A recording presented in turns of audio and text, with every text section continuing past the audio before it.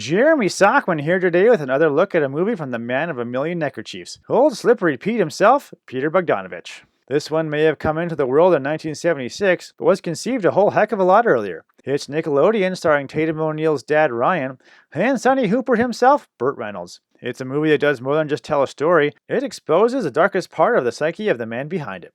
So let's take a look. Nickelodeon begins way back, not in the 1980s, not even the 1970s. This one takes place in 1914 when bumbling lawyer Leo Harrington goes from ducking out on his clients to writing scripts to directing westerns in the middle of nowhere with a real cast of cut-ups. Seems like the girl of his dreams, Kathleen Cook, that he met on a train, who also happens to be the girl of his leading man, Buck Greenway's dreams. There's some misplaced suitcase nuttiness, and a whole heck of a lot of movie filming before Buck and Kathleen end up getting married and Leo gets sore. Well, that settles it.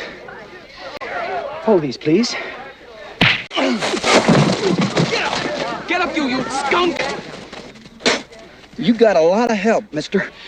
Don't anybody help me, no matter what happens. Don't anybody help me. That sounds like a bad idea, Leo. Not at all. I was boxing champion of my class at the University of Chicago. I am trained in fisticuffs. Get up, you coward. With the motion picture patents company hot on their heels, they make as many movies as they can before realizing that their boss H.H. Cobb has been shortchanging them and editing them in ways they hadn't intended. After what Buck thinks was a one-night stand between Kathleen and Leo, the whole partnership collapses until, spoiler alert, the gang all happens to be at the premiere of a new D.W. Griffiths movie and decides to put aside their D.W. differences. Take a ride, make a getaway, have a script conference. Don't pay me no mind, honey. What are you waiting for? Opportunity knocks for twice. For Pete's There again, I want a feature. A big one. Now, whatever you're paying yourself, I'll double it. That goes for all of you. Call me tomorrow. Now I know what you're saying. Another movie about the early silent movie pioneers? Haven't we seen enough of these? But hold those sepia-tinted horses, because there's something more to this one. You see, despite the note-perfect recreation of a time, place, and look, this movie reveals what old Bogdo really thinks. It's all explained by Leo. Might as well quit. Best damn picture that's ever gonna be made has already been made.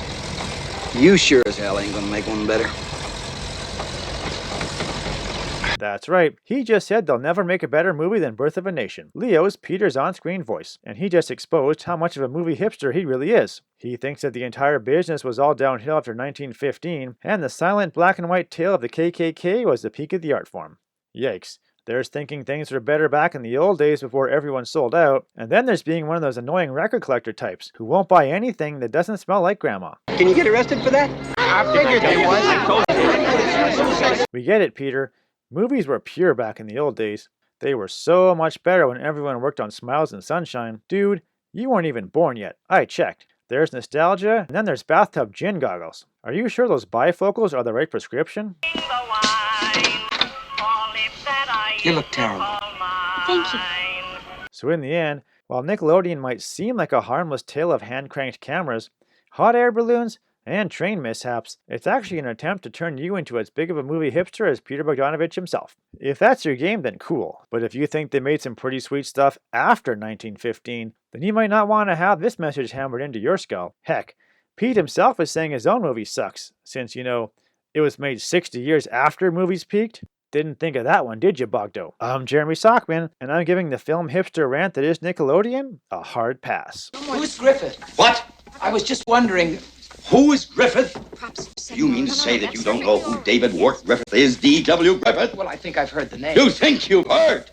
Why, he's only the greatest film director in the world. God damn him! Man, D.W. Griffith is the best thing that's happened to pictures since the invention of the camera. What's the use of